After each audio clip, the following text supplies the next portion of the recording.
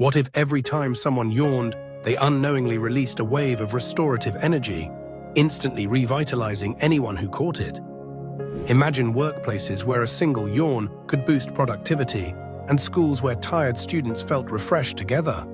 Communities might gather for mass yawning sessions, prioritizing collective restoration. Would people seek out yawners to recover faster from exhaustion? Could this shift our view on rest, making it a valued communal act rather than a private one? In a world of contagious healing, caring for ourselves would directly nurture those around us.